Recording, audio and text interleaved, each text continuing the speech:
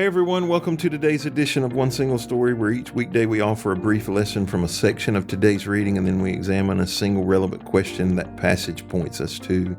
Today I'm joined by Sharon Schwartz, and our reading today, part of it was Psalm 10, 1 through 11. Let me read that. It says, "O Lord, why do you stand so far away? Why do you hide when I'm in trouble? The wicked arrogantly hunt down the poor. Let them be caught in the evil they plan for others, for they brag about their evil desires. They praise the greedy and curse the Lord. The wicked are too proud to seek God. They seem to think that God is dead. Yet they succeed in everything they do. They do not see your punishment awaiting for them.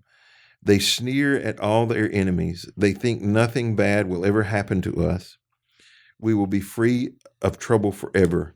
Their mouths are full of cursing, lies, and threats. Trouble and evil are on their lips and tongues. They lurk in ambush in the villages, waiting to murder innocent people. They are always searching for helpless victims. Like lions crouched in hiding, they wait to pounce on the helpless. Like hunters, they capture the helpless and drag them away in nets. Their helpless victims are crushed. They fall beneath the strength of the wicked. The wicked think God isn't watching us. He has closed his eyes and won't even see what we do." So most people believe Psalm 10 was originally part of Psalm 9. So you can look and determine that, that they probably possibly were together. But there's this abrupt change. So that's one of the reasons why they're separated into two Psalms, is because there's this abrupt change when you get to 10.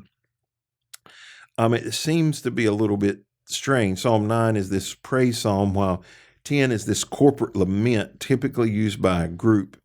And the praise of Yahweh's righteous judgment in 9 may be an encouragement, okay, that would be how you might read this, for God, Yahweh to respond similarly to the cries of the afflicted that are in Psalm 10. There are some indications of affliction in Psalm 9, but Psalm 10 opens with this cry of lament to Yahweh for his seeming distance, like he feels far away. And he says, "Why, oh Yahweh, why are you so far from me?" This lament in the Old Testament often includes statements about him being distant. You will often hear the writers, particularly in the Psalms, feels like God has abandoned them. It's the people who are suffering. So this week, part of our reading is Job, and Job's an example of someone who feels abandoned by God at a particular point. He believed God was absent and indifferent to his cries in chapter 30. And Job even accuses God of hiding from him, like you're trying to not let me see you. And it's not a lack of faith. This is not what is happening here. Rather, they come from this expectation that God is going to answer. And we do believe in God's righteous justice. We believe he's going to punish the wicked. We believe that those who are unrepentant are going to be judged harshly. But in times of distress, we often wonder where God is at. And he in the rest of this psalm, he begins to describe the wicked. Part of the reason why he thinks God's not close to him is because he is experiencing all of this wickedness from people who are around him. That's all he seems to see. And he talks about the people who are innocent, but there are still those who are oppressing them. People are arrogant. They're not safe. They think they're safe from judgment.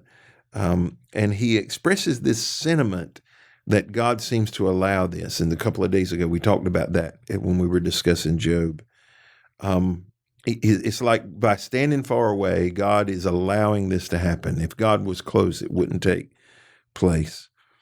And so, Sharon, the question I want to talk to you about twofold today. One is, why does God seem far away at times? And then, how do you practice lamenting? So those are two really separate questions. So let's start with the first one. Why does God feel so far away at times? There's two reasons. Either there's a reason that there's something that we have to learn by him not being there right that second holding our hands. It's like a baby taking a step. You have to let go for them to do that. Or the second is because you've moved. I'm going to tell you one of the stories that I love, that is a constant memory in my childhood. We lived over here and was going to church across the Sound, and I can tell you exactly where it happened. My mom was frustrated that day. I don't know. And I remember her saying to my dad, when we were courting, we used to sit right beside each other in the car, and you would hold my hand. And my dad looked at her and said, I haven't moved. Mm-hmm. I've always been driving the car. And, from the time this probably happened, I was 6 or 7, because it was before we moved. That has impressed on me that if I don't feel close to God, he's not moved. Mm-hmm. I need to examine where I'm sitting. And so I think that's and when you're hurt and you're not rescued right that second and not pulled out of that pit right that second, it's easy to think he doesn't know you're in the pit, but he does. Sometimes separation is created by our own sin. Yeah. Sometimes what we perceive as separation is not separation. We believe he's omnipresent. Now, the intimate presence of God is different. Right. That supernatural presence of God, the manifested presence, if we might say it like that, is different in different times and different seasons. But if we truly, what frustrates us, or at least in my experience, what makes it feel like God's not present is the fact that we don't have an answer. Right. Because even if you're suffering, but you have an answer, you can endure a little bit better than if it feels like this is never going to end. Right. If there is, at some point, like, it's kind of like going to school and looking forward to 3:00. At 3:00, as bad as the day is, right, you get to leave. Right. And you get to go home. They're not going to keep you overnight. Nobody's going to stay there with you. Right. You get to go home. But when you just don't know, when you're going through things that you like, this seems to never, is there an end ever to this? I think those are the times we feel like God right. is. Yeah, I always say labor, once your water breaks, it's a great thing. No matter how bad it gets, in 24 hours it's going to be over, because one way or the other, that baby's going to be here. So, you can do anything for 24 hours, But I agree with that. But it's that not being rescued and not knowing that you're believing, but in your heart, but not knowing. Yeah, you have faith. You just don't have the answer. Right. And that's faith isn't always having the answer. No. But this is a lament. It's a lament basically is a holy complaint. That's how I would describe it. So how do you complain to God? Exactly what David did. I fuss at God. And if I'm really... Do you write it? Do you do it out loud? No, I do it out loud. And if it's bad, and usually if I get to the point I'm fussing at God, probably half the time I go to the ocean. I sit there and I holler at the ocean and fuss at God. And I do that specifically because thank you, Lord, that after I'm done spewing this out of my heart, I sit quietly and I watch the power of the ocean, and I remember he's still God. And then I can listen, and he tells me, now, do you trust me or not? Right. And if it's happening right then, or I'm not where I can get to the ocean, but I still say it out loud. When I broke my leg in 7 places several years back, that night I was laying in my bed, and boy, I chewed God out big time. How dare you do this to me? This is my busy time. It was Tracy's. How could you allow this to happen? I chewed him out, and it was pouring rain. I was hurting. It was a bad night. And if you lay in my bed, if with my bedroom door open, I can look out and see out my bay window in my front living room. And after I spewed, the sun was coming up, and there was the prettiest rainbow I've ever seen in my life, Steve, shining through that window. And God spoke to my heart and said, well, you're going to have two choices of this. You're going to look at the mud puddles or watch for the rainbows. And I decided, okay, I'm going to watch for the rainbows. And since then, I think I'm a little better about spewing. Right. Because now he just only has to say the word rainbow.